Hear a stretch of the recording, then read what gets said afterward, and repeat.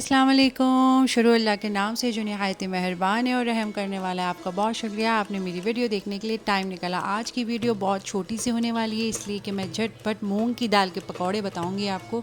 जो कुछ दिन के रमज़ान रह गए तो ज़रूर ट्राई करिएगा। मैंने सहरी में मूंग की दाल को भिगो दिया था और इसको फिर 3 मिर्चें डाल के इसको मैंने दरदरा पीस लिया था।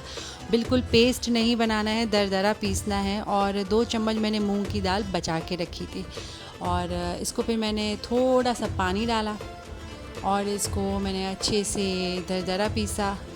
और बहुत ही मज़े के, बहुत ही खस्ता और करारे बनते हैं, ज़रूर ट्राई करिएगा। तो मैंने सोचा कि चलें आज मैं बना रही हूँ तो आपके साथ शेयर करूँ। ये देखें थोड़े थोड़े दाने दाने इसमें आ रहे हैं।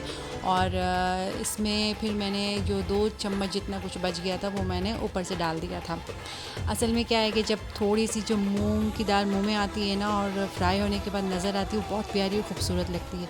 ये मैंने ऊपर मूंग की दाल डाल दी थी और फिर इसको अच्छे से मिक्स कर लेना।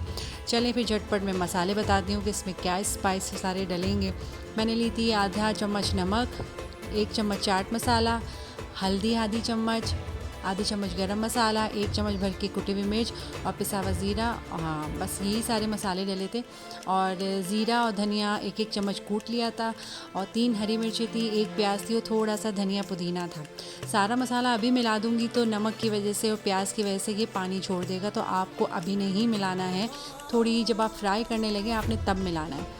तो फ्राई का टाइम हो चुका था, मैंने सारा मसाला फटाफट मिलाया और इसको फटाफट फ्राई करा। आज की बस मेरी यही छोटी सी वीडियो थी, ज़रूर ट्राई करिएगा।